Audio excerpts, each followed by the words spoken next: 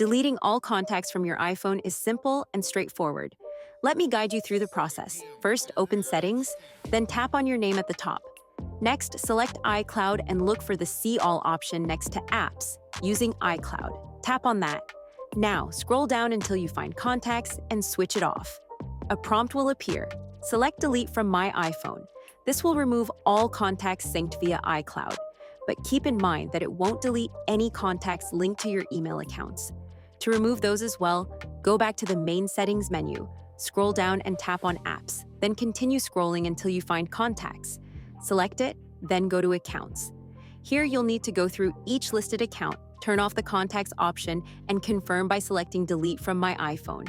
Repeat this process for all accounts, and once you've done that, your iPhone will be completely cleared of contacts. I hope this helps. If it did, consider subscribing my channel. It really supports me. Thanks for watching.